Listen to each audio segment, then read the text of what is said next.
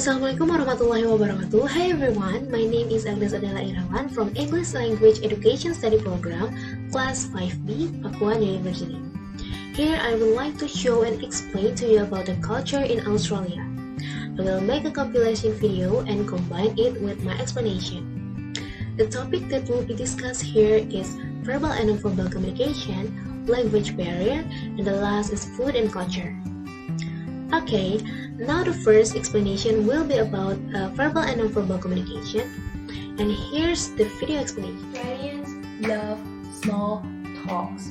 I used to have a part-time job as a waitress in the first few months I was here, and the first lesson that I learned was to smile and to be chatty with every customer. I have to say that Australians are the most friendly people that I've ever encountered, and you can really feel this vibe when you walk into any service. People greet you like they have known you for years. Okay, so let me demonstrate how I would take order from a customer. Hey, how you going? Great.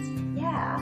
Would you like to order some cold drink for us today? Such a hot day, isn't it? How's your kid? He's doing well? Yes. I have the same problem. I hate summer. Now I will add some information about verbal and non-verbal communication. For verbal communication in Australia, usually say hi or ask how are you to every people even though they don't know each other. They are such friendly people, right? And the second is humor. Australia use it in a conversation. Australians expect that there is some light-hearted joking in most of the conversation. Sometimes stranger or foreigner difficult to determine Australians whether it is a joke or not, because Australians don't always break from a joke to clarify. And then the next is silence. Australia are usually uncomfortable with pause or silence in between the conversation, so they must find an idea to fulfill the gap with conversation. And for the non-verbal communication, first is eye contact. Australians avoid eye contact too long with people because it is considered too disrespectful in their culture, especially when it is made to someone older than themselves. And the second is personal space.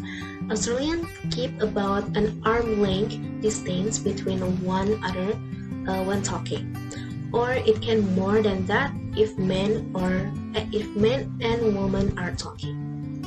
And physical contact.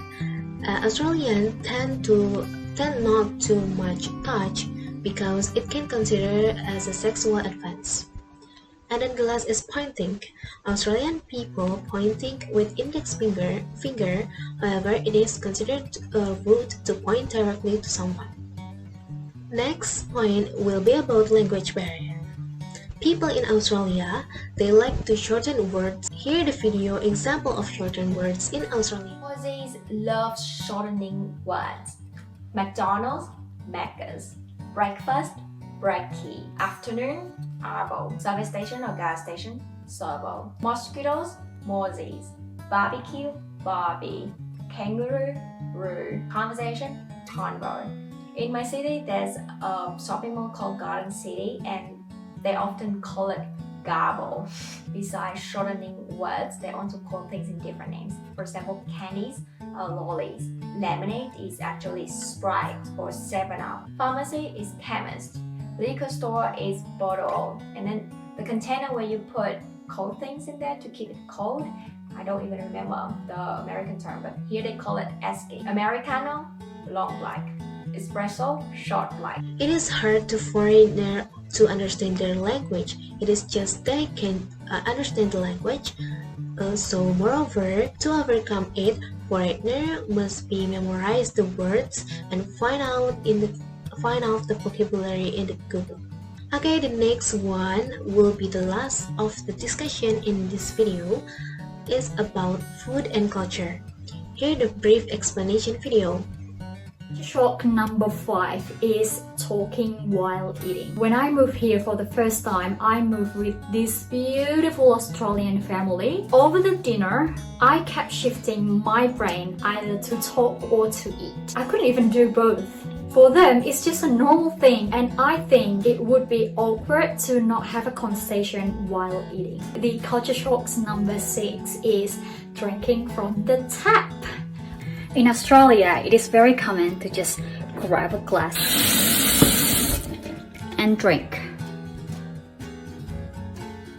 Drinking it without a single thought that you may get sick.